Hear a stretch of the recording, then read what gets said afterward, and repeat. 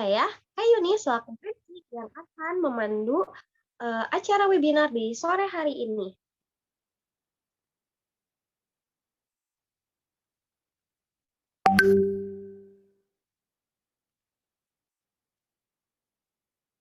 Nah, Kak Yuni ingetin lagi ya, untuk semua peserta jangan lupa on kamera dan menggunakan virtual background melalui link yang dapat diakses di kolom chat. Lalu, apabila terdapat kendala, dapat menghubungi Kak Nadia melalui kontak WhatsApp. Nah, untuk kontaknya juga ada di kolom chat ya. Baik, Bunda, tidak apa-apa yang izin on cam. Yang bisa on cam, diharapkan untuk on cam ya.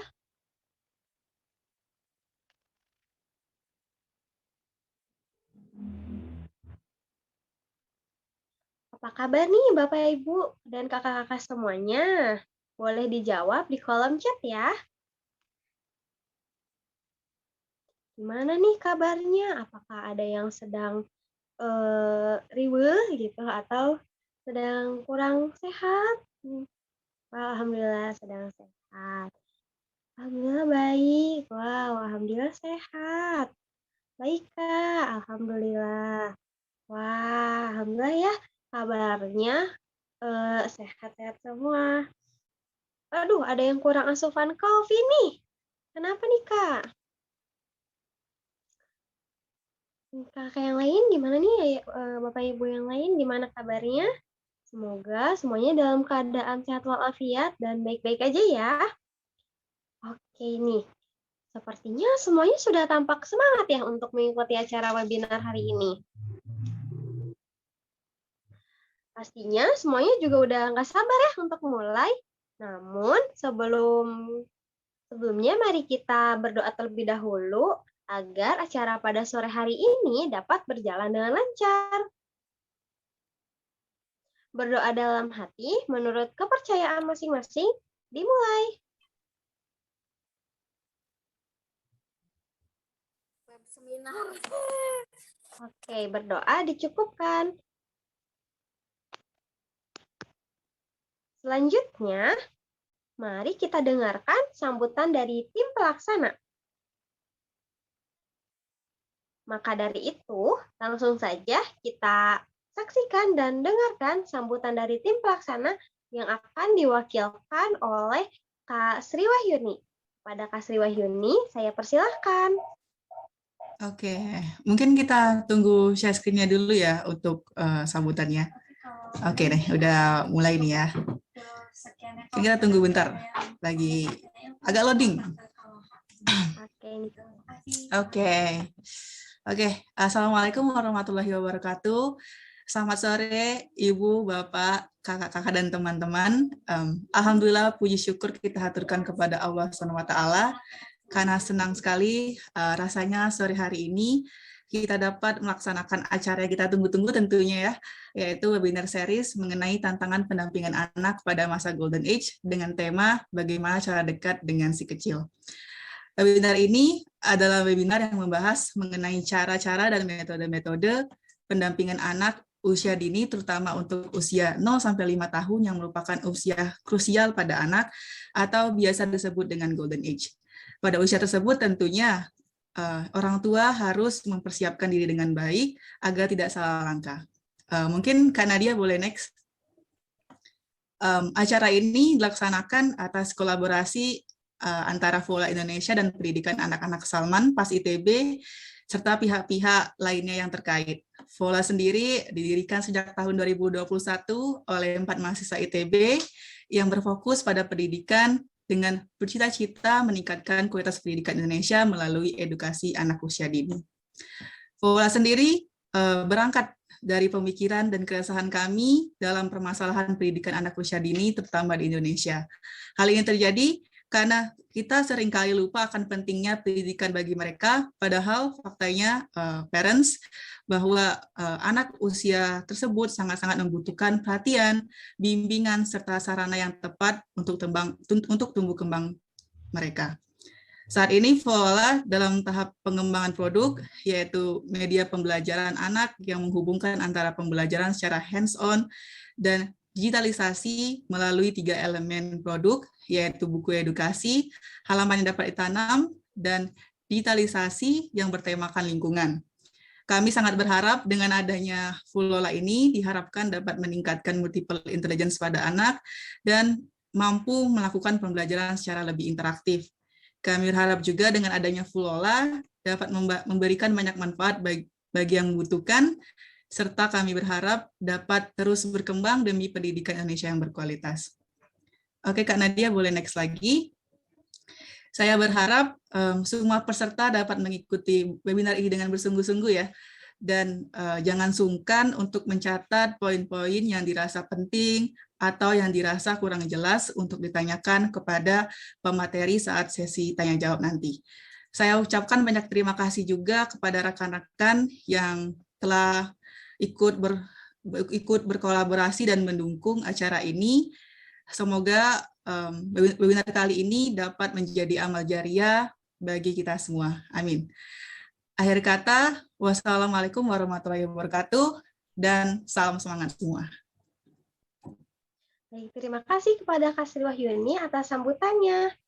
Nah, saya ingatkan kembali ya, Bapak, Ibu, kakak-kakak semuanya, kalau pada acara webinar ini terdapat giveaway yang cara ikutannya gampang banget nih. Yang pertama, follow akun Instagram kami @fulola.id. Nah, yang kedua, dokumentasikan kegiatan webinar hari ini semenarik mungkin menggunakan template pada link yang ada di PPT ini ya. Nah, lalu yang ketiga, posting pada snap Instagram dan tag @fulola.id. Yang keempat, pemenang akan diumumkan setelah webinar series kedua. Pemenang akan mendapat hadiah yang menarik loh. Tunggu apa lagi? Ayo ikutan giveaway-nya ya. Oke, untuk berikutnya, kita akan memasuki acara utama, yaitu webinar series tantangan perkembangan anak pada masa Golden Age. Dengan tema pertama, bagaimana cara dekat dengan si kecil.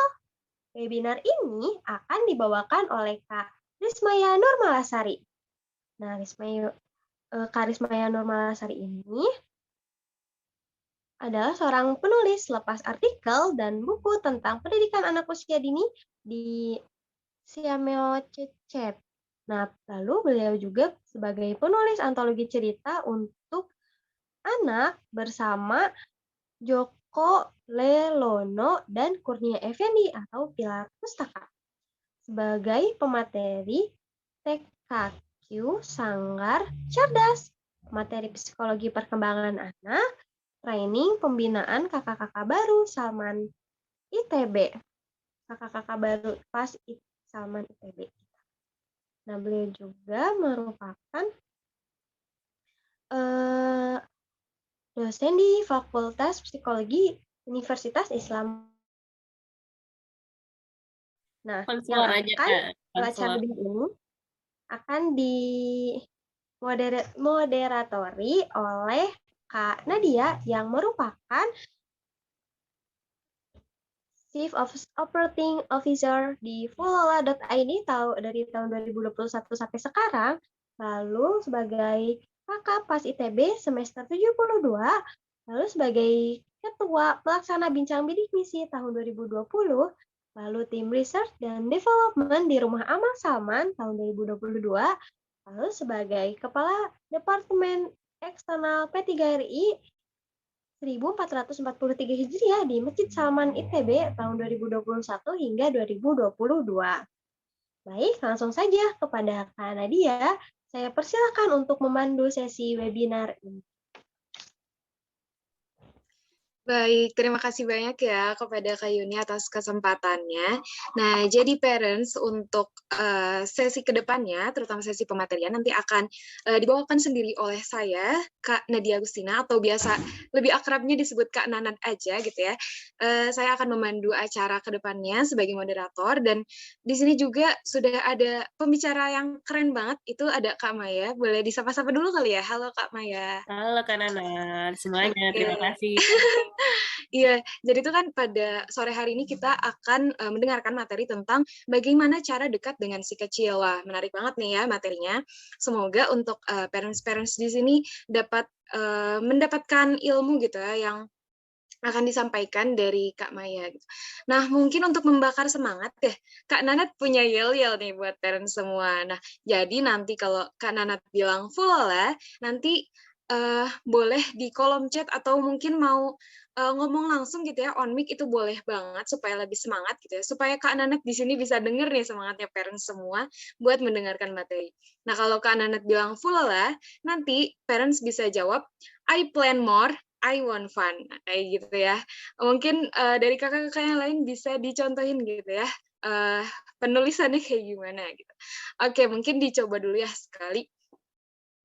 Full lah, I plan more, I want fun. Wah, ini mana ya? Masih belum kedengeran nih.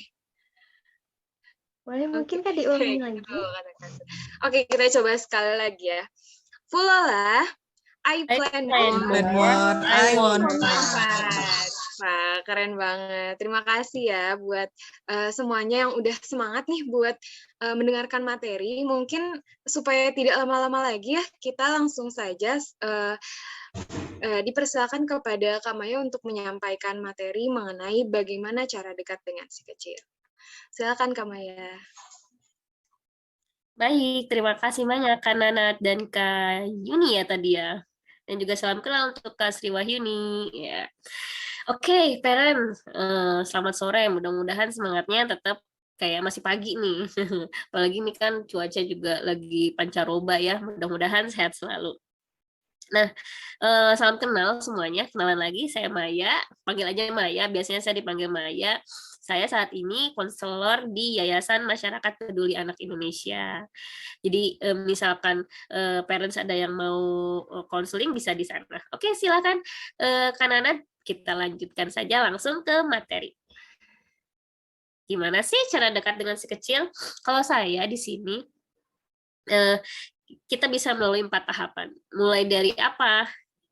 Mulai dari kenali, amati, terus kita hadir dan dengar gitu. Karena bagaimanapun walaupun mereka ini masih kecil, tapi mereka pun punya apa ya? Mereka juga punya pemikirannya, mereka punya perasaan, mereka juga ada jiwa yang sedang bertumbuh gitu. Jadi apalagi ini anak yang masih kecil gitu, baru 5 tahun. Kita harus kenal mereka juga, walaupun kita merasa bahwa kita melahirkan mereka, atau kita merasa bahwa dia ini anak sendiri kok udah hafal. Tapi jangan salah, kadang kita jadi kayak bias gitu, karena ngerasa anak sendiri, jadi ngerasa udah kenal, dia pasti kayak gini, malah jatuhnya jadi labeling gitu.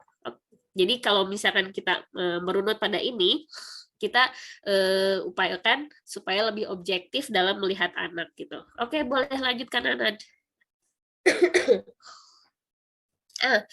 Dikenali ini apa aja sih yang perlu kita cari tahu di anak ini gitu. Nah, yang mau kita cari tahu kan apalagi di temanya Golden Age. Golden Age ini di usia berapa sih? Golden Age ini ada yang bilang di usia 0 sampai 5 tahun kebanyakan. Ada juga yang bilang 0 sampai 7 tahun di masa anak usia dini. Ada juga yang bilang di 0 sampai 8 tahun, tapi memang kebanyakan di usia 0 sampai 5 tahun gitu. Kenapa Golden Age? Karena di sini tuh kayak pondasi untuk nanti dewasanya nanti kita seperti apa. Pondasi bagi anak nanti ke depannya seperti apa. Karena tumbuh kembangnya itu nanti akan mempengaruhi tumbuh kembang selanjutnya kayak gitu.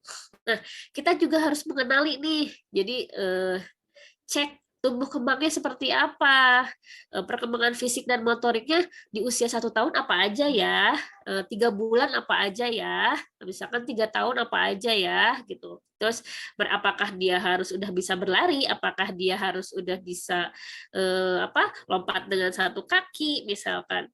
Terus apakah dia sudah bisa memegang pensil dengan benar gitu. Apakah dia melewati tahap merangkak. Itu kita harus kayak cari tahu gitu. Kita harus amati juga. Terus perkembangan bahasanya seperti apa, mulai dari babblingnya, terus kata-kata yang dia ucapkan kayak gitu. Terus ini juga dengan mengamati, dengan mengenali perkembangan bahasanya, kita juga bisa bisa bisa tahu apakah ada apakah ada red flag dari speech delay gitu. Nah, terus perkembangan emosinya, sosialnya, dan perkembangan kognitifnya. Kalau perkembangan kognitif di anak usia ini kan 2 sampai 5 tahun ini masih kayak spons gitu. Jadi dia akan menyerap banyak informasi, dia akan istilahnya perkembangannya itu pesat sekali gitu. Apalagi nanti di usia 3 tahun. Dan di kognitif ini wadah memori anak itu baru terbentuk di usia 4 tahun. Jadi kalau bisa makanya kenapa secara kognitif mereka bakalan ingat sesuatu yang kita aja deh usia 4, kita akan ingat masa-masa TK, tapi sebelum itu kita nggak ingat gitu. Kayak misalkan kita ingat nggak waktu merangkak, tapi kita bisa ingat kejadian waktu TK seperti apa gitu.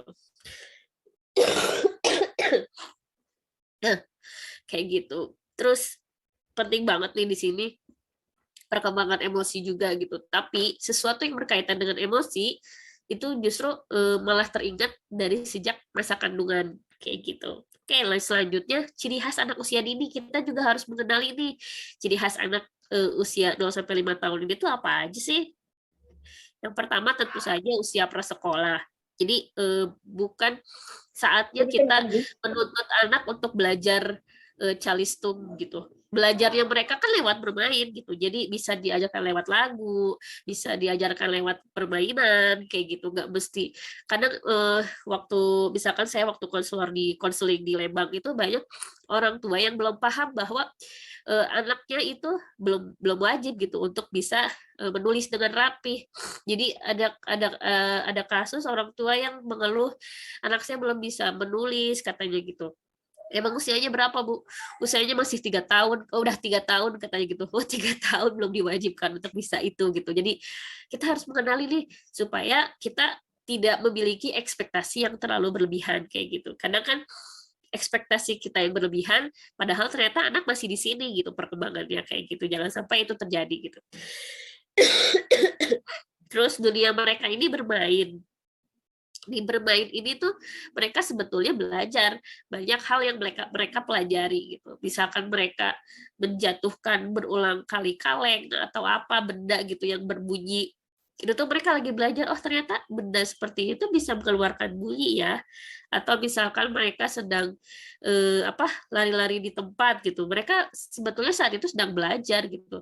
Seluruh tubuhnya bergerak gitu dan otaknya pun bekerja gitu. Oh ternyata kalau lari di tempat bisa juga ya nggak maju gitu atau apa gitu. Mereka sebenarnya belajarnya di situ gitu lewat bermain, lewat dongeng. Jadi bukan lewat kelas-kelas yang harus bisa ini, harus bisa itu segera gitu. Sayangnya kita ini kebanyakan masih banyak yang aduh maaf. Masih banyak yang beranggapan bahwa perkembangan anak yang lebih cepat itu lebih baik, padahal tidak. Perkembangan anak yang baik itu sesuai dengan waktunya, sesuai dengan timeline-nya. Jadi tidak ada istilah lebih cepat lebih baik di tumbuh kembang anak gitu. Nah, tapi tetap memperhatikan milestone-nya gitu, supaya nggak jadi tertinggal juga gitu. Selanjutnya di usia anak 0 sampai 5 tahun ini mereka ini sangat imajinatif gitu sehingga di fase ini anak belum bisa membedakan benda hidup dan benda mati gitu. Kadang mereka bisa menganggap sebuah benda itu seperti dirinya gitu, punya keluarga, punya ayah ibu. Kayak misalkan ada anak yang menyebutkan mobil yang lebih kecil dari mobil yang lain itu sebagai mobil anaknya gitu. Dia akan bertanya, ini mobil ayahnya mana, mobil ibunya mana. Jadi dia pikir mobil tuh masih apa kayak kita gitu, berkeluarga kayak gitu. Terus karena anak ini masih imajinatif, nah disinilah kita fase yang penting untuk menanamkan nilai-nilai keagamaan kayak gitu, tentang Tuhan, mengenalkan tentang Tuhan, terus mengenalkan tentang malaikat gitu. Kita bisa mengenalkan, menceritakan pada anak tuh di usia ini gitu. Nah, pentingnya juga di usia anak ini mengenai pendidikan emosi, spiritual yang tadi, dan individualitas. Apa hubungannya individualitas? Karena pada usia ini anak itu masih egonya tuh masih kuat gitu ya. Apalagi di usia 3 tahun tuh mulai kelihatan bahwa apa yang dia lihat itu punya aku gitu. Kayak gitu istilahnya. Jadi individualitas ini misalkan tidak mau berbagi, nggak apa-apa karena memang dia di sini sedang mengembangkan individualitasnya gitu. Manfaatnya apa? Manfaatnya untuk nanti dia bisa mengembangkan konsep dirinya ketika besar nanti. Dia tahu apa istilahnya? Dia tahu bahwa oh ini milik saya, ini milik kamu gitu. Dengan dibantu dan dibimbing sama orang tua. Jadi ketika anak nggak mau berbagi di usia ini ya, jangan dipaksa untuk berbagi, bagi itu mainannya, pinjamin. Kalau anak nggak mau, jangan dipaksa. Terus misalkan ada yang rebutan mainan, lihat sama kita siapa yang duluan pegang. Kita beritahu sama anak, misalkan si A yang duluan pegang dan si B merebut, kita beri pengertian pada si B bahwa yang duluan pegang si A. Lalu ajarkan konsep bergantian. Nah, B nanti tunggu A selesai dulu ya. Nanti baru B boleh main. A nanti kalau sudah selesai berikan sama B ya, gitu. B juga mau main kayak gitu. Jadi konsepnya bergantian. Kayak gitu. Nah, di sini juga kita mengenali bahasa cinta mereka gitu. Kalau di usia 0 sampai 5 tahun mungkin belum terlalu terlihat. Jadi kita berikan dulu dari 5 bahasa cinta ini ke mereka semuanya gitu. Physical touch ini kayak misalkan dipeluk, dibelai, dicium gitu, atau misalkan digendong, tidur ditemenin, pokoknya segala sesuatu yang disentuh gitu. Kalau words of affirmation tuh dia tuh butuh diberikan kata-kata kayak I love you Ade, Bunda sayang sama Ade, ih Ade keren deh gambarnya kayak gitu. Atau misalkan apapun yang dia lakukan gitu, kita beri apresiasi kayak gitu dalam bentuk kata-kata kayak gitu. Terus quality time, kita berikan waktu buat mereka utuh tanpa ada distraksi gitu. Jadi benar-benar main sama mereka, ikut nemenin gitu. Kalau anak umur 0 sampai 5 tahun kan belum bisa main sama-sama, tapi baru bisa sama-sama baru bisa sama-sama main. Jadi dalam satu ruangan tuh mereka baru bisa main sama-sama aja, belum bisa bekerja sama dalam sebuah permainan gitu. Ketika kita menemani mereka main, ya kita misalkan mereka ajak main, ya kita ikut main. Tapi kalau enggak, kita bisa duduk dekat mereka tanpa ada gadget, perhatikan mereka. Nah, terus quality time ini juga bisa dari kayak bacain mereka dongeng berdua atau jalan-jalan berdua ke taman sama anak kayak gitu. Terus acts of service tuh kayak misalkan ada yang mereka nggak bisa dan masih membutuhkan bantuan kita layani mereka gitu. Tapi bukan berarti nanti terus-terusan dilayani, tapi kita layani mereka dalam bentuk kasih sayang gitu, sambil diajarkan bahwa nanti kalau sudah mandiri, kamu bisa melakukannya sendiri kayak gitu. Misalkan membantu dia membereskan bukunya bareng-bareng kayak gitu, atau bantu dia ngancingin bajunya sambil diajarin, atau mengajarkan keterampilan baru, itu juga termasuk acts of service. Kayak misalkan yuk kita coba menggambar atau bereksperimen misalkan gitu kayak gitu. itu pun dia belajar keterampilan baru tuh itu buat dia tuh kayak sebuah pelayanan juga gitu, dia seneng kayak gitu. Terus yang kelima itu ada gift, bahasa cintanya, jadi lewat hadiah-hadiah. Nggak mesti hadiah mahal sebenarnya anak itu, misalkan kita bungkus yang unik-unik khusus buat dia, itu dia udah seneng gitu, kayak gitu. Misalkan kita bungkus apa ya, misalkan kue kesukaan dia di cup yang lucu gitu, ini hadiah buat Ade gitu, kejutan misalkan setelah dia berani berhasil toilet training misalkan kayak gitu. Nah itu dia seneng kayak gitu. Oke, selanjutnya kanan.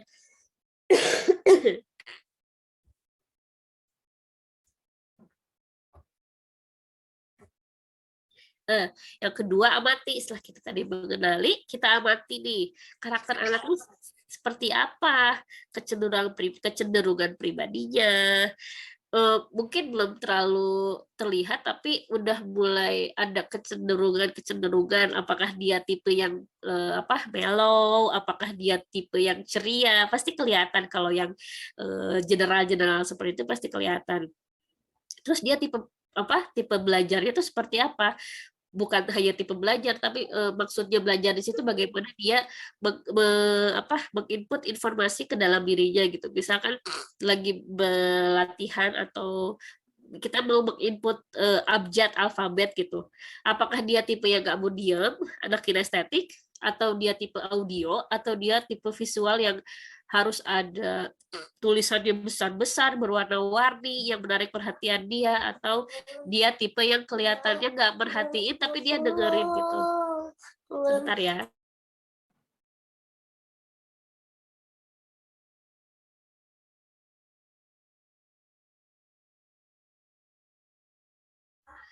Nah, kayak gitu. Jadi apakah dia anak yang audio, apakah dia anak yang visual, atau dia anak yang kinestetik? Karena tiap anak tuh punya kecenderungan yang berbeda gitu.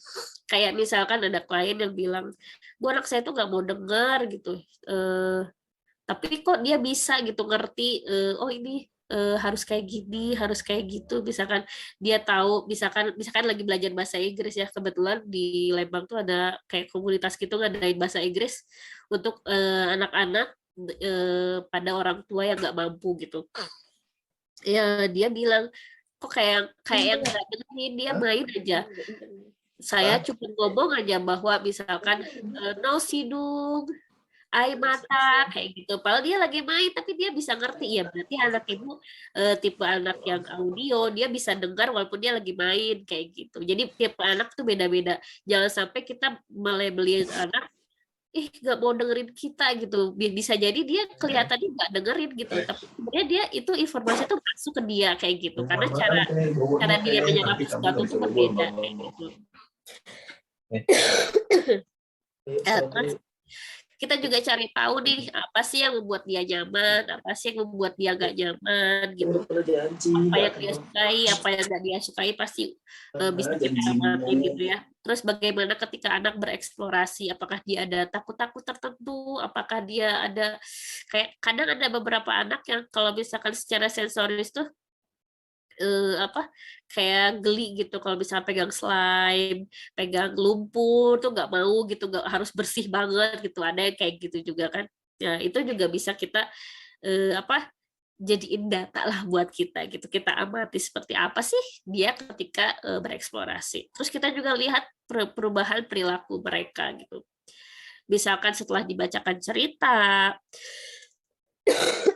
atau ketika habis melalui atau mengalami sebuah kejadian ekstrim, baik yang sangat menyenangkan atau tidak menyenangkan, itu bisa, walaupun sangat menyenangkan itu bisa jadi membuat mereka tuh kewalahan gitu menanganinya gitu.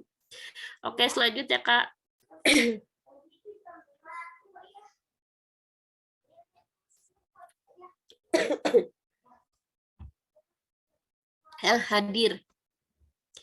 Hadir saat bermain, sebisa mungkin kita bisa main sama mereka gitu. Anak-anak tuh lagi-lagi tidak membutuhkan mainan yang mahal sebetulnya, tapi mereka butuh kehadiran kita gitu.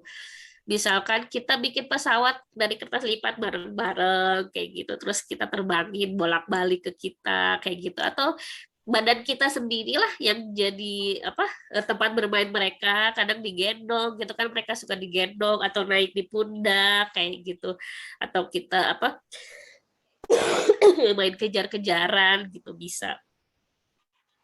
Nah, terus saat bangun tidur dan mau tidur. Jadi saat bangun tidur tuh 20 menit pertama tuh kita tuh dalam kondisi gelombang otak yang alfa, kayak kayak terhipnotis gitu. Nah, di sini penting kita hadir di situ, kita berikan afirmasi positif buat mereka, kita bisa bilang ke mereka, Bunda sayang Ade anak yang cerdas, Ade anak yang pintar, kayak gitu. Ada anak yang percaya diri gitu, itu misalkan kita mau adik anak yang rajin misalkan, itu di 20 menit pertama tuh kita bisa masukin apa sih harapan kita gitu, mengindikan lagi, mengoptimalkan lagi kelebihan anak gitu kayak gitu. Terus dan 20 menit pertama ini ketika bangun tidur itu kan, jangankan anak lah, kita juga ketika bangun tidur kondisi tiba-tiba dapat kabar buruk tuh kan jadinya kayak bad mood seharian gitu, sama anak juga gitu. Kalau misalkan kita banguninnya buru-buru,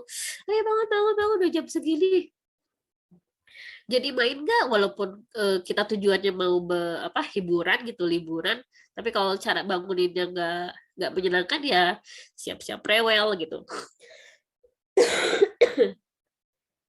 Terus mau tidur juga kondisi ngantuk itu mereka tuh udah dalam kondisi kayak terhipnotis gitu.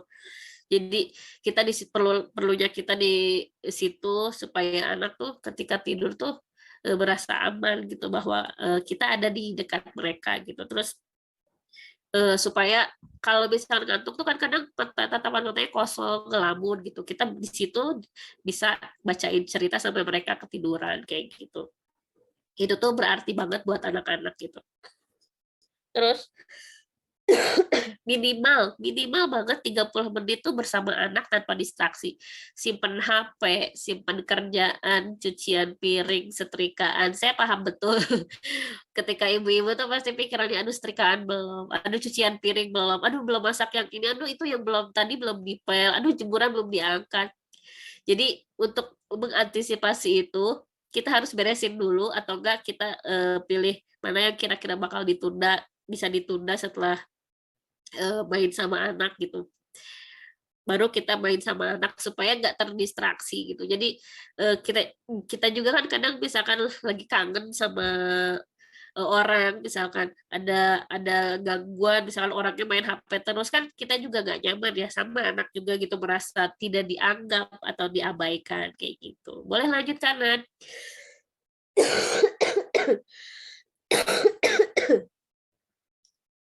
Nah, selanjutnya adalah dengar. Apa sih beda mendengar dan mendengarkan? Apa kanan? Beda yang mendengar dan mendengarkan. Waduh, kalau Kananet sih masih ngerasanya dengar dan mendengarkan tuh sama ya. Gimana tuh? Mendengar itu kan dia pasif ya. Jadi saya mendengar berita ya udah ngedengar aja. Kalau saya mendengarkan tuh ada atensi di situ gitu. Jadi lebih aktif kayak gitu. Nah, jadi sebisa mungkin kita mendengarkan anak. Misalnya dia anak cerita nih, anak tuh kadang kalau anak 0-5 tahun tuh ceritanya tuh kayak yang ngaco gitu ya, lompat sana lompat sini, atau ada sisipan imajinasinya gitu, kita oh gitu ya, oh bisa ya mobilnya terbang, iya bunda bisa mobilnya terbang, oh pakai apa ya, pakai apa ya, mungkin pakai balon, oh pakai balon, kita ada timbal balik gitu. Kalau mendengar saya sambil kayak gini aja, kita bisa sambil ini aja kan, bisa sambil buka HP gitu, tapi sambil ngedengerin gitu. Tapi kalau mendengarkan saya gini gitu, kayak gitu. Nah, komunikasinya mesti efektif nih ketika ketika kita berinteraksi sama anak. Jadi kita harus menggunakan kalimat yang efektif, kalimat sederhana yang bisa dipahami anak gitu. Anak nggak bisa nerima kalimat yang panjang lebar. misalkan kita mau minta anak untuk makan gitu. Kebiasaannya ibu-ibu ini kita suka ngomel dulu panjang lebar. Udah siang, ayo waktunya makan, nanti lapar ini. Padahal kita sebenarnya bisa, ayo makan siang dulu gitu, lebih sambil digiring badannya kayak gitu misalkan. Jadi omelan-omelan itu tuh kadang jadinya gak efektif. Yang kedenger anak itu anak nangkepnya si bunda ngomong apa, marah-marah nggak. Jadi pesan yang intinya makan siang ini, waktunya makan siang ini malah nggak nyampe gitu. Supaya kita didengarkan sama anak gitu. Terus eye level. Jadi kadang kita kan anak suka nunduk ya, anak kan lebih kecil dari kita. Sebisa mungkin kita sejajarkan mata kita dengan anak. Terus ada kontak mata, kita lihat matanya gitu, jangan jangan kemana-mana, misalkan sambil kepikiran kerjaan gitu. Itu mereka kerasa loh sama mereka gitu, kerasa mereka tuh merasa diabaikan kayak gitu. Kayak misalkan mereka menunjukkan hasil karya mereka, terus kita cuma lihat sekilas, oh iya bagus, itu mereka nggak bisa gitu, harus lihat anaknya dan lihat karyanya. Oh iya ya, gantian gitu. Saya pernah tuh lagi hektik banget, anak saya ngeliatin hasil kreasinya gitu.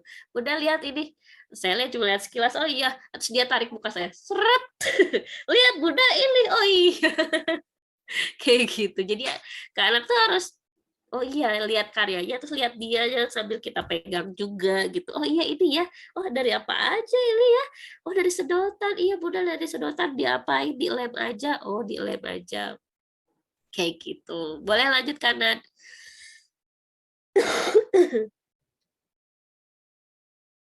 Ya, ini yang tadi ya, don'ts dan do's-nya apa sih? Kalau misalkan kita mau dekat sama anak, jangan menyangkal perasaan anak. Jadi kadang masih ada yang menyangkal perasaan anak, kayak misalkan gitu aja nangis. Anak laki-laki nggak boleh nangis. Gitu aja sedih. Gitu aja marah cuma dibecandain. Kayak gitu. Padahal efeknya apa? Efeknya jangka panjang. Karena ini kan menyangkut perkembangan emosi anak-anak gitu. Anak-anak kita tuh sejak dini diajarkan apa sih? Sejak dini diajarkan banyaknya diajarkan calistung, diajarkan bahasa Inggris, bahasa asing gitu ya. Tapi lupa diajarkan bagaimana cara mengelola emosinya. Bagaimana diajarkan emosi itu ada apa aja sih, kayak gitu. Padahal itu penting banget gitu kan, anak untuk mengenali emosinya. Jangan sampai ketika sudah besar, sebesar kita gitu, ketika kita nangis, kita nggak tahu apa yang kita rasakan, kita bingung, kecewa, sedih, marah, kadang kan ekspresinya tuh jadi nggak ini gitu, ekspresi emosinya tuh jadi nggak sesuai dengan apa yang dirasakan kayak gitu. Terus menjela ketika anak berbicara, jadi kadang kita juga greget, misalkan lagi banyak kerjaan misalkan, terus anak cerita nggak berhenti, terus kita sela anak bicara gitu. Kalau misalnya ketika kita banyak kerjaan, bolehlah kita bilang, boleh dilanjutin lagi ceritanya nanti habis cuci piring misalkan kayak gitu. Ceritanya masih panjang. Oke. Kita selesaikan dulu cuci piringnya, nanti kita lanjutkan lagi. Oke? Kita bikin kesepakatan lah gitu supaya tidak ada pembicaraan yang tersela gitu. Terus mengabaikan ya kayak tadi ya, mengabaikan bisa macam-macam kayak di kreasinya gak kita lihat, atau misalkan dia nangis kita biarin gitu. Terus menyindir anak segede gini kelihatannya belum bisa nggak akan paham kode-kode sindiran gitu, tapi mereka malah akan meniru gitu cara kita. Ketika dia udah mulai paham, dia malah akan meniru itu gitu, meniru menyindir kita.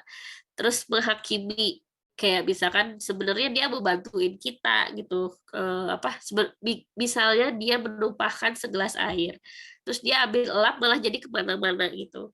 Maksudnya dia mau bertanggung jawab, tapi pas kita datang, pas dia lagi kayak main-main gitu ngelapnya gitu, kita di situ malah menghakimi, malah main air gitu. Nah itu menghakimi. Padahal kita bisa cari tahu dulu. Kalau misalkan mau dekat sama anak, kita cari tahu dulu, kenapa kok dia kayak habis apa nih, kenapa airnya tumpah gitu. Kalau misalkan kita gali baik-baik, ternyata dia mau bertanggung jawab atas perbuatannya gitu. Terus menyalahkan, apalagi kalau misalkan ada yang punya adik jaraknya dekat, misalkan si kakaknya usia 3 tahun, adiknya baru lahir gitu. Kadang tanpa disadari ada yang merasa bahwa udah jadi kakak, udah punya adik, harusnya dia udah bisa ngerti gitu. Padahal dia masih 3 tahun loh gitu. Gimana kita mau bisa deket sama anak kalau misalkan dikit-dikit nyalahin, dikit-dikit menghakimi, dikit-dikit mengabaikan gitu, dikit-dikit menyangkal perasaan anak. Terus bercanda yang menjurus body shaming, menyalah-nyalahkan suatu konsep. Di bercanda body shaming ini banyak kasusnya ya. Kayak misalkan si hitam, si gendut, si pesek misalkan. Saya pernah tuh lewat sebuah gang mau ke pasar, ada anak usia 4 tahun, sekitar 5 tahun gitu. Si anaknya ini diomongin di depan gang gitu, di teras rumahnya. Dia memang kulitnya agak gelap, dan kayaknya ibunya kulitnya terang gitu. Bercandainnya begini,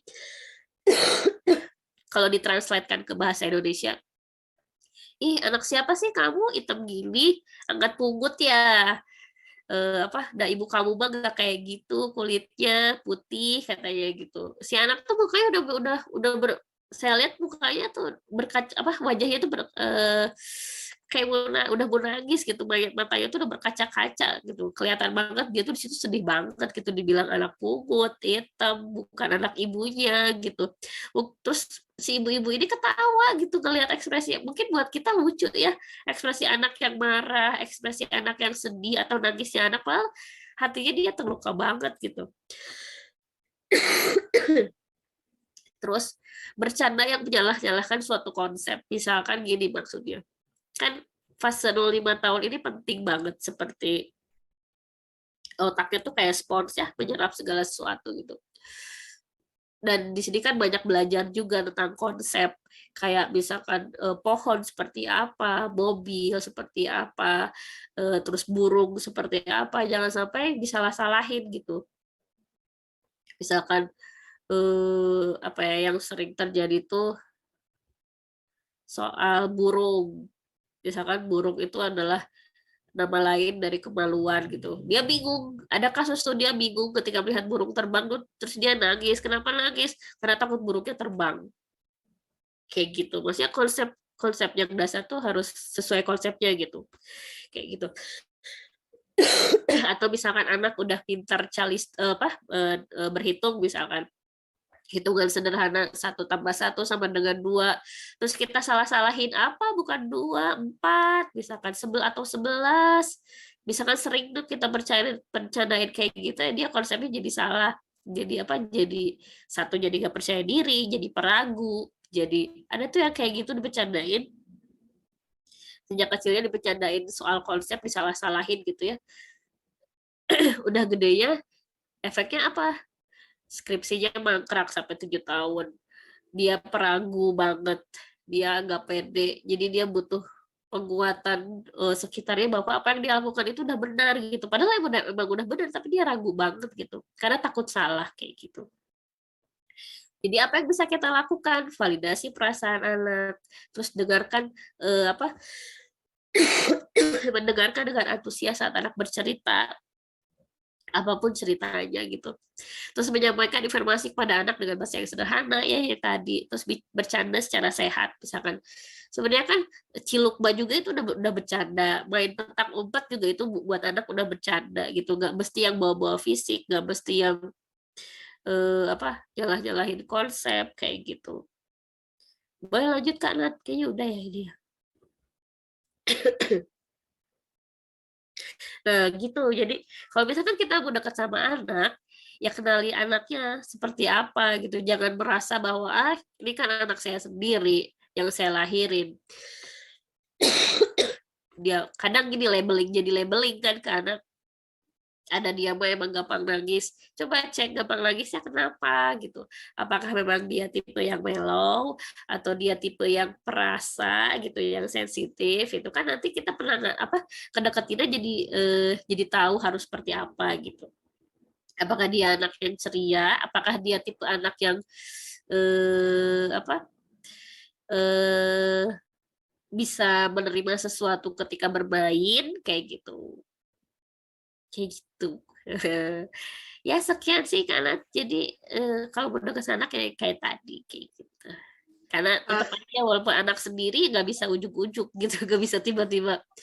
Kadang kalau misalnya kita bikin salah pun anak ya mungkin takutnya merasa terabaikan atau terluka gitu kayak tadi. Oh iya tambahan kelupaan tadi. Misalkan kita nih nggak sengaja melukai anak, supaya anak ada bonding lagi sama kita tuh kita basuh lukanya dengan memberikan kasih sayang 5 kali lipat gitu. Misalkan 1 kali kita ngelukain mereka 5 kali lipat kita basuh luka itu dengan bahasa cinta yang dia butuhkan gitu, bahasa cinta yang dia perlukan supaya nggak ada trauma gitu di situ. Oh ternyata orang tuaku mau minta maaf nih, orang tuaku masih sayang sama aku gitu kayak gitu. Oke sekian dan terima kasih. Silakan Kak dikembalikan kepada wah, Kak ya. iya. Terima kasih banyak Kak Maya atas materi yang Sama-sama. disampaikan. Aduh maaf ya. Iya, tapi sebelumnya buat parents semua mungkin minta doanya ya buat Kak Maya mungkin sedang kurang sehat juga gitu ya, kita berdoa bersama-sama. Makasih. Iya, semoga cepat sembuh lagi gitu ya supaya Amin, semangat amin. gitu. Oke, tadi sebetulnya Kak Nanet udah nyimak gitu ya, ada beberapa materi yang itu menarik terutama tentang kenali gitu ya. Soalnya ternyata dengan kita mengenali, kita bisa mengetahui gitu bagaimana cara pendekatan ke anak yang itu tuh sesuai dengan anak kita sendiri gitu. Nah, meskipun Kak Nanet ini masih masih jomblo gitu ya, masih belum punya jauh banget lah kalau sampai ke anak, tapi ini materinya keren banget dan ya nantinya pasti berguna banget nih buat Kak Nanet kayak gitu. Mungkin dari parents semua udah gak sabar ya mau bertanya gitu, dari tadi sudah dipendem gitu, udah gatel banget pengen nanya. Boleh banget dibuka dulu mungkin ya untuk satu pertanyaan.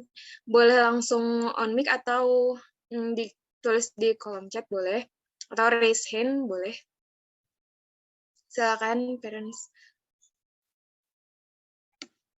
Oh iya, ini ada pertanyaan dari sebentar. Oke. Dari Kak Sams Barajan dari Iya. Assalamualaikum warahmatullahi wabarakatuh. Izin bertanya Teh Maya. Mungkin untuk pertanyaan pertama dulu ya. Bagaimana dampaknya pada anak ketika ibu dan anak mulai berjarak ketika usia 5 tahun sampai 8 tahun? Nah, apakah masih bisa diatasi gitu dan bagaimana caranya? Mungkin untuk satu dulu ya. Boleh Kak Ya, Mayadi? iya satu dulu aja. Ini bagaimana dampaknya pada anak ketika ibu dan anak mulai berjarak ketika anak usia 5 tahun sampai usia 8 tahun? Karena apa dulu berjaraknya, cari tahu dulu apa yang bikin jarak itu, yang membuat jarak itu gitu. Bisa diatasi. Caranya cari tahu dulu itu kenapa dulu gitu. Apa akar masalahnya, apa yang membuat berjarak. Jadi supaya cara menanganinya, cara mengatasinya supaya rebonding lagi itu kita tahu oh step yang harus dilalui itu ini gitu. Boleh dikasih tahu maksudnya boleh kalau mau cerita boleh Kak Sams. Ini kenapa gitu jaraknya. Itu sih harus tahu dulu ya. Lanjut kedua aja gitu kan nanti nih. Boleh Kak. Jadi dikenali dulu ya Iya, penyebabnya seperti apa. apa Gitu. sih yang jadi akar masalahnya? Apa coba? Nah, ini katanya Oh iya ya. ada tambahan dari parents katanya karena pola asuh. Mungkin dari saya suka ngomel juga dan ditambah ada adiknya. Gimana tuh Kak kalau kayak Berarti gitu? anak pertama ya. Anak pertama, terus adiknya jaraknya berapa? Adiknya berarti kalau dari usia 5 tahun, adiknya lahir di pas si kakak ini usia 5 tahun berarti ya, Kak Sams. Oh, jarak dengan adik 7 tahun. Oke, terbuka banget kalau parents mau langsung on mic juga boleh. Iya, Jadi boleh. bisa langsung. Biar tektok kita. Bisa apa aja sih yang udah, biasanya saya suka nanya dulu, apa sih yang udah diupayakan, kayak gitu. Apa aja Kak Syams yang udah diupayakan?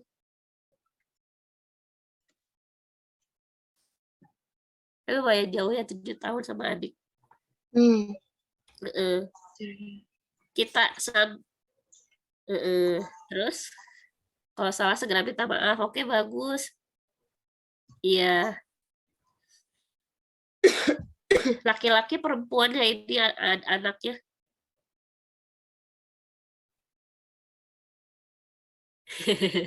Iya, walau masih gitu lagi.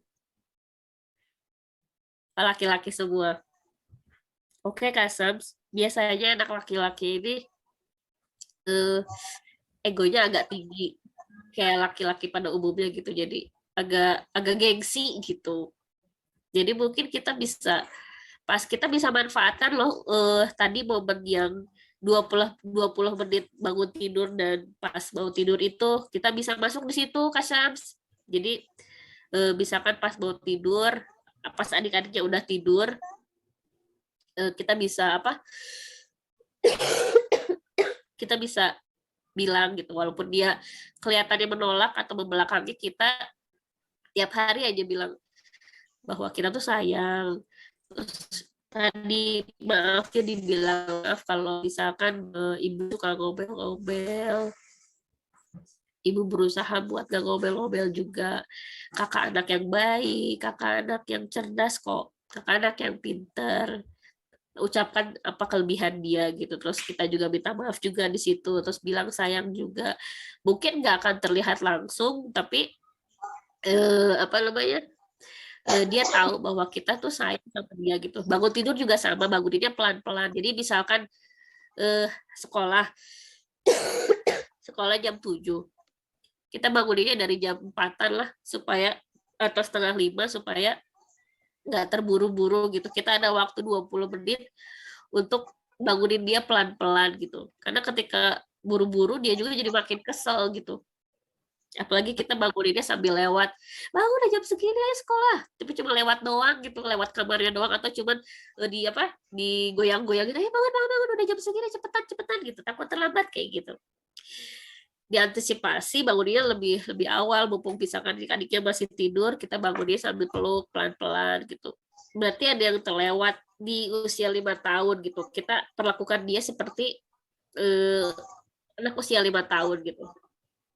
Jadi ada waktunya kita kayak mengisi lubang itu gitu, di usia mana ketika dia merasa mungkin nggak nyaman gitu.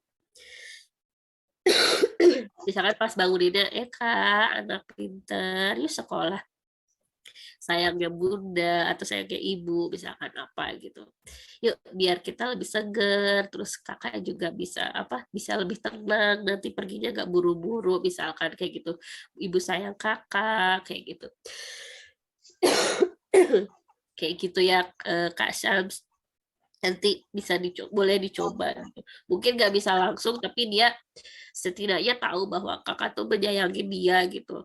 Terus bisa yang kedua, setelah cara itu kakak bisa cari tahu nih, karena dia usianya udah 8 tahun, cara cari tahu cara cari tahu bahasa cintanya apa. Tiap masing-masing bahasa cinta tuh kan ada 5 ya. Masing-masing bahasa cinta ini kayak trial and error gitulah, dicek satu-satu. Apakah dia tipe yang physical touch, apakah dia tipe yang gifts, atau word of affirmation, atau yang mana. Masing-masing bahasa cinta ini berikan selama 2 minggu. Untuk ke bahasa cinta selanjutnya, kasih jeda 1 minggu dulu. Supaya ngeliat dia masih membutuhkan yang ini enggak gitu. Masih membutuhkan bahasa cinta yang ini enggak. Kalau misalkan sampai di quality time, ajak dia jadi ngedate berdua gitu, Kak. Anak tuh butuh ngedate berdua sama kita gitu, tanpa adik-adiknya, tanpa ayahnya gitu. misalkan ajak adik-adiknya udah bisa dikondisikan, dititip gitu ya, misalkan sejam aja lah, ajak yuk beli es krim misalkan berdua aja, terus di jalan ngobrol berdua, kak gimana, seneng gak sekolah, kakak lagi suka apa sih sekarang gitu, diajak ngobrol gitu kayak gitu. Kalau misalkan ternyata minggu besoknya dia minta lagi, ya berarti bahasa cinta dia quality time gitu. Atau misalkan ketika dia cemburu, kelihatan cemberut ketika kita sering gendong adiknya, biasanya kelihatan. Itu kita bisa sering-sering peluk dia gitu, walaupun dia kayak nolak, ya usap aja kepalanya gitu, sayang gitu, dibilang kayak gitu. Terus ketika kita ini ngobel-ngobel, kita pause dulu, pause diri kita dulu. Kerasa sih berarti kalau dia 8 tahun, jaraknya 7 tahun sama adiknya, berarti adiknya sekarang usianya setahunan ya. Saya paham, pasti Kasam capek banget dengan kondisi anak yang sekarang sekolah SD kelas 2 mungkin ya. Terus ada adiknya yang masih 1 tahun mungkin kayak gitu gitu. Terus pasti capek gitu, tapi upayakan untuk ngepaus gitu. Ketika kita udah mulai mengobel-ngobel, tahan dulu. Kita pindah ruangan dulu gitu. Kita sebenarnya ngobel itu karena perilaku dia, misalkan disuruh taruh tasnya ntar, atau sebentar.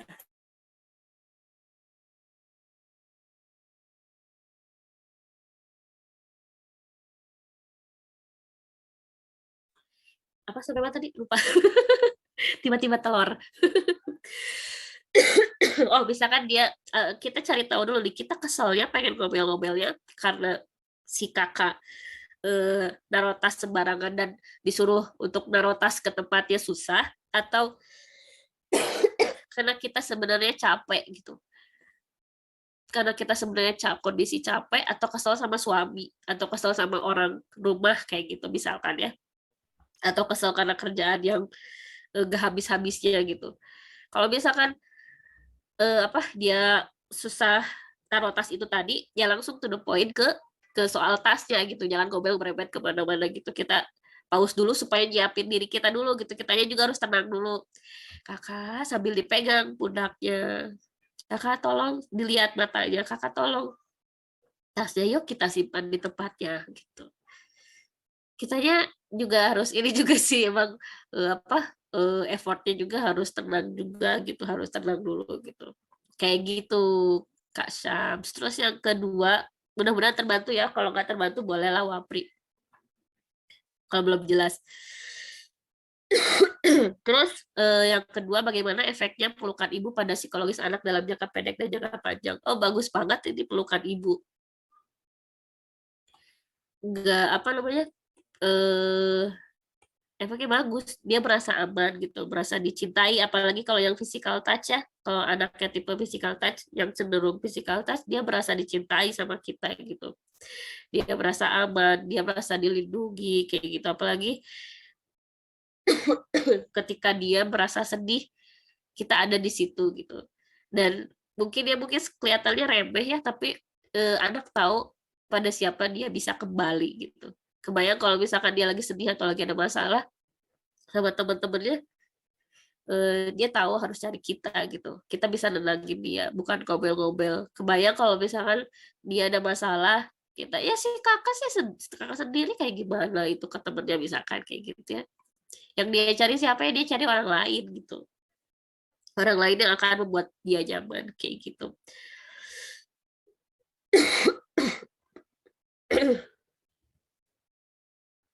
Nomor 3 itu kita ini lagi kita timbun kayak ini salah-salah konsep ya, burung terbang gitu kan. Walaupun anak masih 1 tahun, mumpung dia belum paham, karena kita yang sering sama dia, kita input terus data yang dari kita gitu, bahwa burung adalah ciptaan Allah yang bisa terbang, yang memiliki sayap. Terus sebutkan ini mah kemaluan namanya kayak gitu, untuk buang air kecil kayak gitu. bisa lewat dongeng, bisa lewat cerita gitu kayak tentang burung ya. Jadi supaya anak tahu ketika ada yang bilang burung itu kemaluan, anak tahu gitu. Lo kan burung itu. Misalkan dia bertanya sama kita gitu, misalkan dia pas dia udah paham nanya, kok itu si bapak itu bilangnya burung tuh kemaluan, yang ada tahu apa? Burung itu kan ciptaan Allah punya sayap, nggak ada di nggak ini nggak pakai celana misalkan, ya berarti ada bener kayak gitu. Kita validasi pemahaman dia kayak gitu. Terus kalau misalkan orangnya orang dekat, kita bisa ngobrol, ajak ngobrol, komunikasikan bahwa takutnya dia nanti salah persepsi mengenai kata-kata tertentu kayak gitu, Kak. Amin, Kak Syams, terima kasih. Selanjutnya, Kak, dari Kak Rifna ya. Iya, Bagaimana cara mengenalkan emosi pada anak dengan cara sederhana dan mudah dipahami anak? Karena sering bilang marah, tapi entah dia benar-benar mengerti atau tidak arti kata marah. Usia berapa dulu? Usia berapa, Kak Rifna? boleh nih Kak Rifna, Iya, soalnya kan anaknya usia berapa? supaya kita juga, oh 26 bulan. 26 bulan berarti setahun ya? Setahun. Iya, setahun. 2 Kak. Hah? Oh iya, 2, astagfirullah.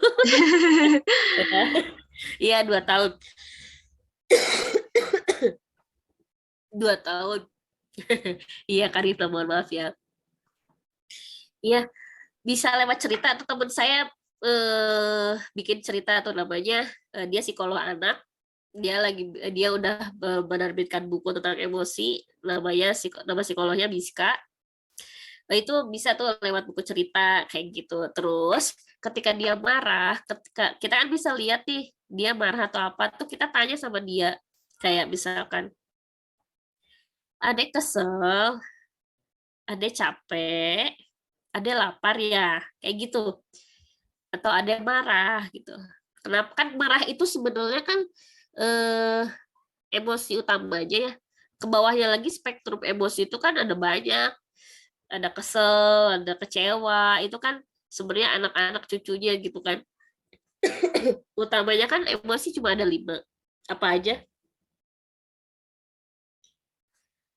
Marah, jijik, takut, sedih, sama apa satu lagi tuh? Senang, bukan Kak? Senang, enjoy.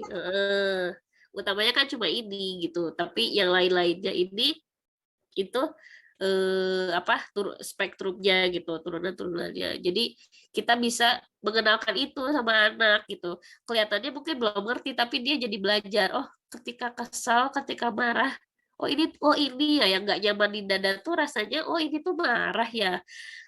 Misalkan dia kelihatan marah gitu ya. Kalau marah tuh kan anak suka kelihatan, misalkan nafasnya menderu, terus dadanya naik turun, mungkin sambil nangis, sambil teriak, kita bisa sambil kenalin sama mereka gitu.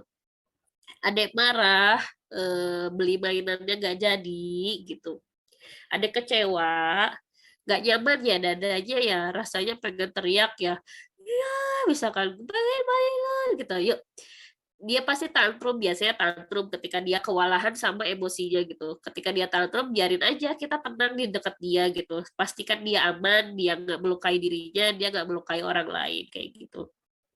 Kita tenang, nanti tenangnya juga nular ke anak gitu ketika udah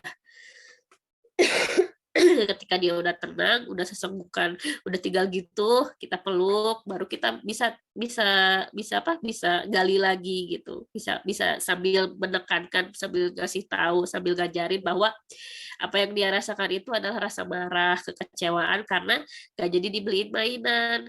Terus kasih tahu juga alasannya kenapa nggak dibeliin mainan, karena mainan adik masih banyak kayak gitu. Dan ini anak 2 tahun kan kosakatanya masih dikit. Jadi kita jelaskan juga dengan kata-kata yang sederhana dan singkat gitu. Semoga terjawab Kak Rifna. Ya gitu sih kanan. Sama-sama Kak Rifna. Terima kasih banyak. Ini kita masih punya waktu nih, mungkin dibuka lagi buat satu pertanyaan lagi ya. Boleh buat parents yang mau bertanya itu langsung on mic boleh banget atau ditulis juga di kolom chat. Gitu. Adakah?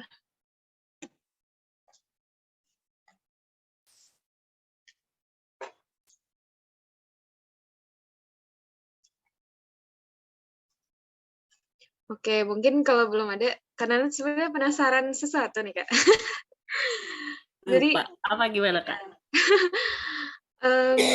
jadi tuh nanti kan misal jadi orang tua tuh kan nggak sampai Kak, ada yang memang punya waktu banyak gitu, ada juga yang punya waktu tuh sedikit gitu ya, karena memang ada kewajiban-kewajiban lain seperti mencari nafkah atau Ya.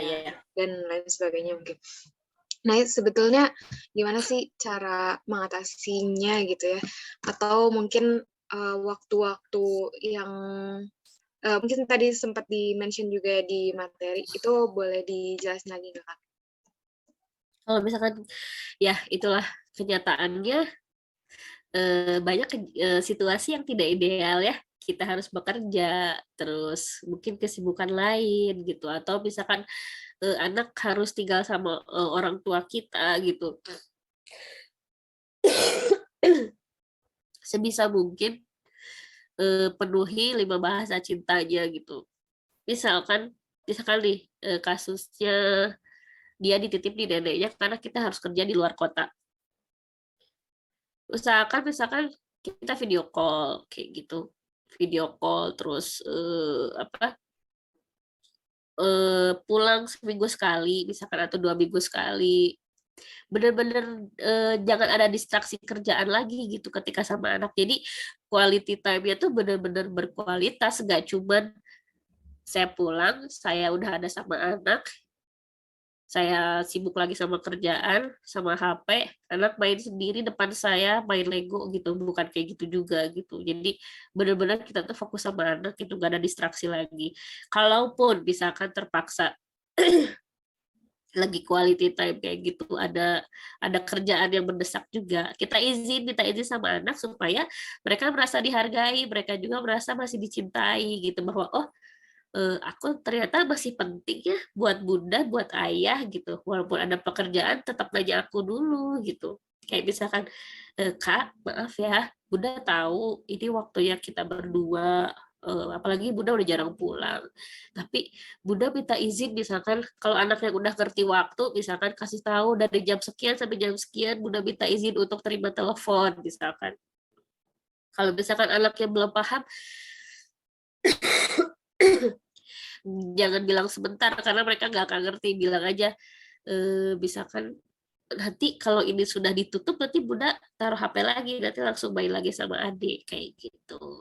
Terus manfaatkan kalau misalkan sibuk banget tapi masih satu rumah, bisa manfaatkan quality time ketika bangun tidur dan mau tidur itu Kak. Terus manfaatkan weekend juga untuk sama keluarga kayak gitu. Kalau misalkan anaknya udah punya HP, sering-sering lah I love you, misalkan ngechat yang udah besar ya. Soalnya saya lihat anak-anak di sekolah anak saya tuh kelas 4 tuh udah pada pegang HP, bawa HP ke sekolah. Mungkin kalau misalnya orang tuanya sibuk gitu bisa misalkan tahu jam-jam bisa istirahat anak, bisa ngechat ya I love you, semangat belajarnya ya gitu. Apalagi itu berarti banget buat anak yang tipe bahasa cintanya tuh yang word of affirmation gitu. Misalkan terus kita sempatkan bekal bikin yang sederhana aja, misalkan martabak bila gitu bikinan kita, tapi dikasih kalau misalkan kita sempat atau nggak sempat kita tuliskan aja. Misalkan kalau dia udah bisa baca I love you kakak, semangat belajarnya ya, selamat bersenang-senang di sekolah, misalkan gitu kita selipin itu. Atau kalau buat anak TK bikinin itu, terus hadiahin apalah gitu, misalkan ada love gitu kayak gitu, kayak gambaran kita lah gitu yang menunjukkan, misalkan ada gambar ibu-ibu atau gambar, kalau kita nggak bisa gambar ya nggak apa-apa, yang penting mah ada gambar misalkan terus love, ada gambar anak kecil kayak gitu, yang penting anak merasa bahwa oh iya ibu masih perhatiin lah ya, masih sayang kayak gitu gitu Kak. Siap, Kak. Ini relate banget sih. Kebetulan karena tuh anaknya words of affirmation juga, love language-nya Iya, gitu ya. iya, Jadi, iya. nah kebetulan tuh emang sekarang kan posisinya karena kuliah, jadi jauh sama orang tua gitu kan. Kalau Iya, iya. misalkan di rumah tuh kadang emang orang tua sama kanannya sendiri tuh kurang bisa buat menyampaikan ya kata-kata yang emang istilahnya romantis gitu ya Iya, iya. antara orang tua sama anak. Tapi pas LDR ini kayak kerasa Heeh, banget gitu kalau misal ada apa-apa, misal lagi mau ujian gitu, itu iya. bilang, "Mah, mau ujian ya," terus mama tuh ngedoain, terus bisa sampai nangis tuh gara-gara Iya. cuman kata-kata tapi emang itu, apa ya, Kena kena banget banget ya, gitu. Iya, iya. bener. Sama iya itu sih dari sudut pandang anak, seorang anak Iya, gitu iya. sih. Iya. Jadi mungkin buat para parents bisa nih dikenali lagi, sebetulnya anak kita tuh, love language-nya gitu ya, bahasa cintanya itu apa gitu, supaya bisa disesuaikan lagi bagaimana cara mendekati anak gitu, supaya anaknya juga lebih nyaman gitu. Iya. Terus Iya. sebenarnya yang word affirmation ini nggak mesti kata-kata romantis kayak I love you Ade, I love you Kakak, nggak mesti gitu juga. Jadi kayak misalkan dia habis bikin sesuatu kita puji prosesnya. Ih, tadi Bunda perhatiin Kakak fokus banget deh pas kerjain itu. Atau kita puji pada prosesnya juga itu buat anak tuh bikin ini juga gitu apa istilahnya terpenuhi juga gitu tangki cintanya gitu karena nanti ketika tangki cinta dia terpenuhi dia merasa dicintai dia merasa aman dia juga bisa memberikan itu pada orang lain kayak gitu misalkan nih karena dia tadi bahasa cintanya word affirmation gitu sebenarnya dari orang tua nggak mesti eh, ibu sayang sama Nadia gitu, ibu kangen nih pengen ketemu misalkan gitu, udah lama nggak pulang kampung misalkan gitu.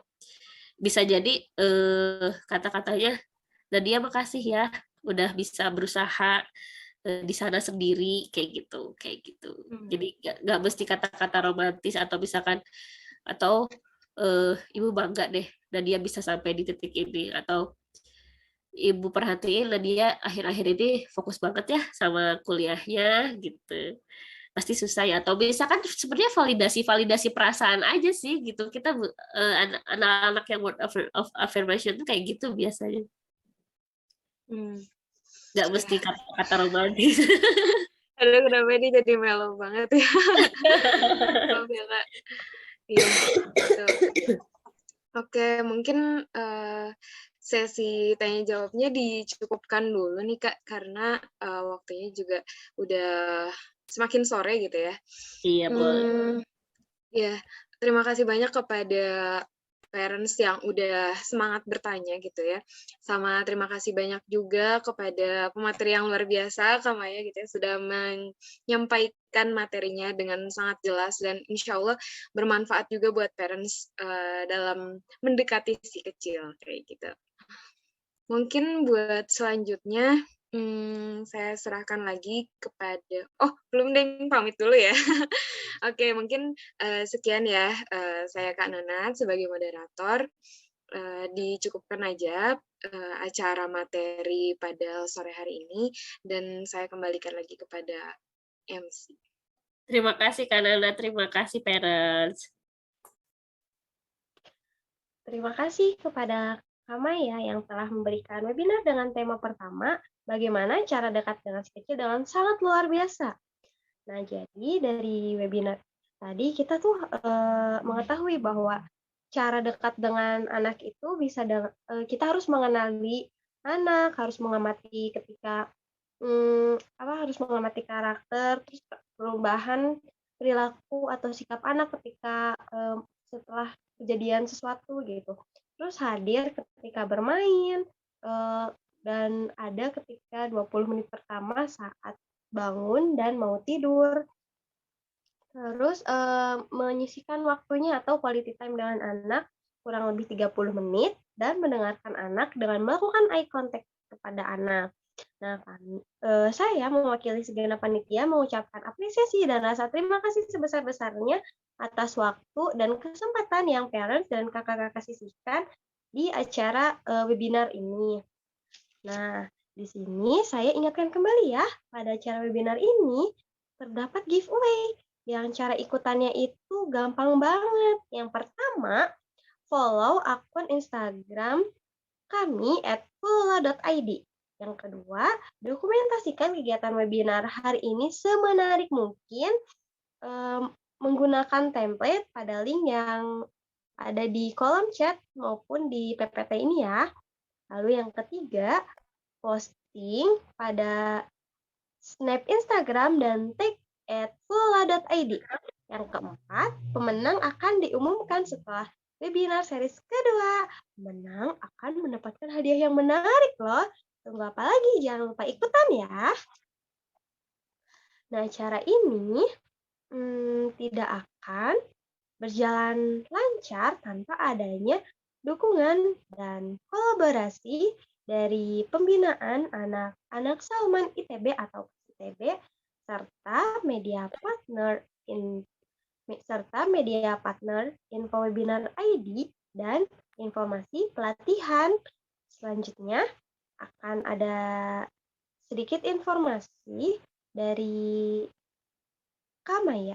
Untuk Kamaya, saya persilahkan. Baik Kak Yuni, terima kasih. Parents, mungkin barangkali ada parents yang punya anak remaja atau keponakan atau saudaranya atau komunitas remaja. Kebetulan Yayasan Masyarakat Peduli Anak Indonesia lagi mengadakan Festival Literasi Keluarga Indonesia. Dan tahun ini adalah tahun yang kedua. Di tahun 2020 itu menyasar segmen anak dan orang tua, dan di tahun ini kita menyasar segmen remaja. Jadi di Festival Literasi Keluarga Indonesia ini kita mengadakan 2 rangkaian lomba, yaitu lomba menulis cerpen dan lomba film pendek. Untuk juri lomba film pendek itu ada Iqbal Al-Fajri, sutradara dan produser dari film Ikro. Untuk juri lomba cerpen ada dari Kurnia Effendi, sastrawan. Nanti mungkin info lebih lengkapnya nanti bisa di Kak Nadia gitu. Terima kasih banyak Kak Yuli. Dan kalau misalkan mau konseling, di YMP juga mengadakan konseling gratis. Bisa buat anak dan umum. Ya, gitu aja sih Kak Yuli. Terima kasih banyak. Dan terima kasih dan mohon maaf lahir batin jika ada kata-kata yang salah atau kurang berkenan. Sekali lagi terima kasih Kak Yudi dan parents. Sama-sama Kak Maya. Baik, jangan lupa ya untuk parents dan kakak-kakak untuk terus pantau Instagram kami @fulula.id. Karena di sana akan terdapat informasi mengenai webinar series lainnya dengan tema dilema orang tua. Semakin dilarang, kok semakin dilakukan? Jangan sampai kelewatan ya. Lalu Kak Yuni ingetin lagi nih, kalau pada acara webinar ini terdapat giveaway yang cara ikutannya gampang banget nih parents dan kakak-kakak. Yang pertama, follow akun Instagram kami @fulula.id. Yang kedua, dokumentasikan kegiatan webinar ini semenarik mungkin menggunakan template pada link yang ada di kolom chat ya. Yang ketiga, posting di Snap Instagram dan tag @fulula.id. Yang keempat, pengumuman akan diumumkan setelah webinar series yang kedua. Nah, jangan lupa untuk mengisi presensi di link yang akan dikirimkan melalui kolom chat nanti ya. Oh iya, sebelum ke sesi selanjutnya, di sini ada penyerahan sertifikat.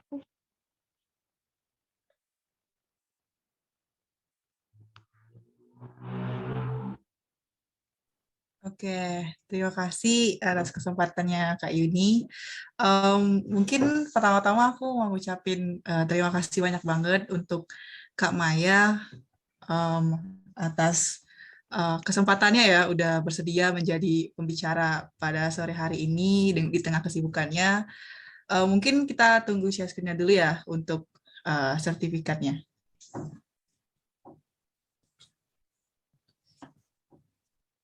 Terima kasih juga Kak Sri Wahyuni untuk kesempatannya bisa bergabung di sini. Oke, bentar Kak ya.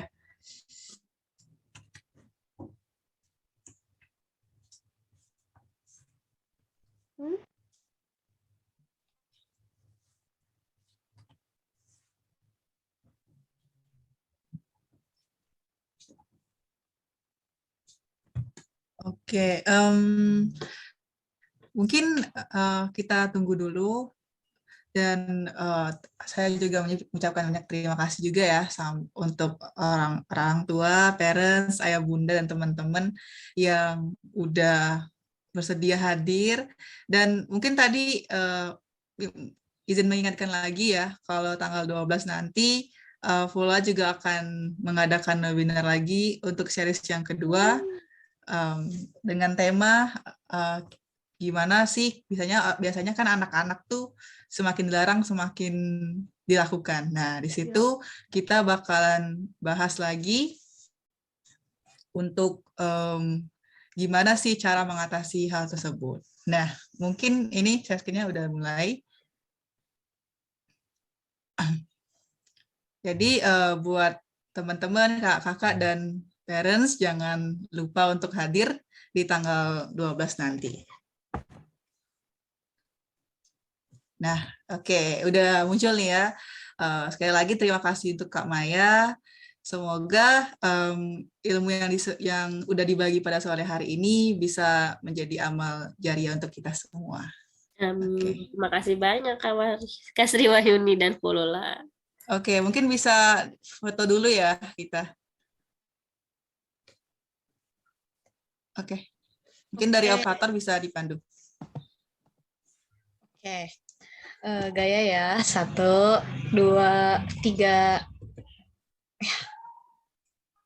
Oke, boleh dilanjutkan. Oke.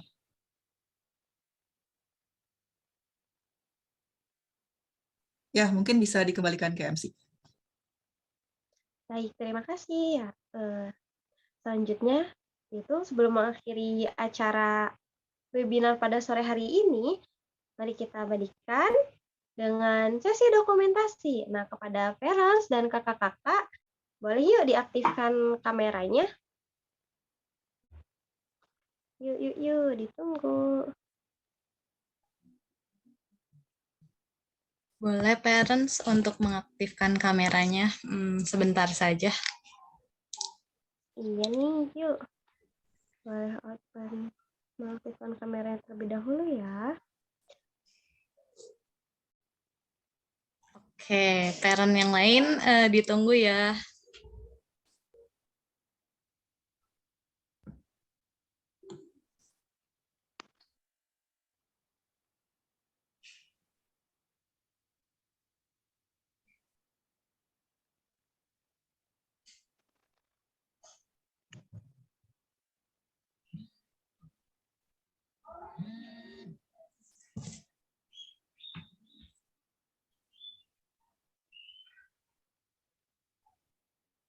Oke, mungkin saya bakal tunggu sekitar 2 menit lagi buat parents mungkin persiapan untuk open kamera.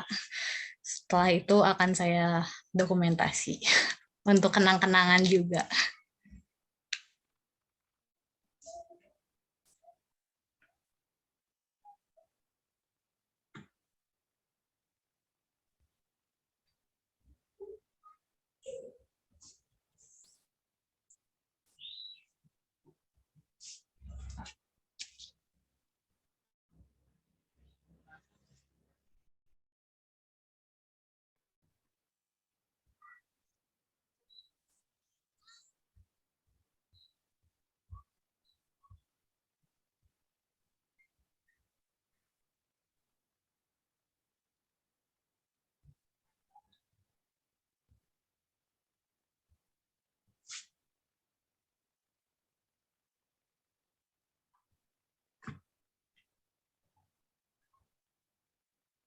Oke, sambil menunggu untuk yang belum mengaktifkan kameranya, boleh ya jangan lupa untuk mengisi presensi yang akan yang udah ada nih di kolom chat nih presensinya. Jangan lupa diisi presensinya ya. Oke, ini udah 2 menit ya. Izin saya potret dokumentasinya. 1, 2, 3. Oke, terima kasih parents. Mungkin boleh dilanjutkan oleh MC. Baik, terima kasih. Nah, sebelum mengakhiri kegiatan atau webinar pada sore hari ini, Kak Yuni ingetin lagi jangan lupa untuk mengisi presensi yang link presensinya ada di kolom chat ya. Nah, Kak Yuni tutup webinar pada sore hari ini. Mohon maaf apabila terdapat salah pengucapan atau salah-salah kata gitu ya. Wabillahi taufiq wal hidayah. Wassalamualaikum warahmatullahi wabarakatuh. Sampai jumpa di webinar Waalaikumsalam. berikutnya. Terima kasih Kak Yuni, Kak Nanat, Kak Sri Wahyuni, dan parents semua. Terima kasih semua. Jangan lupa untuk hadir webinar 2 ya. Terima kasih parents. Izin live ya. Iya Kak Maya, terima kasih banyak Kak Maya. Sama-sama Kak Nat. Kasih Kak. Izin, Le. Silakan.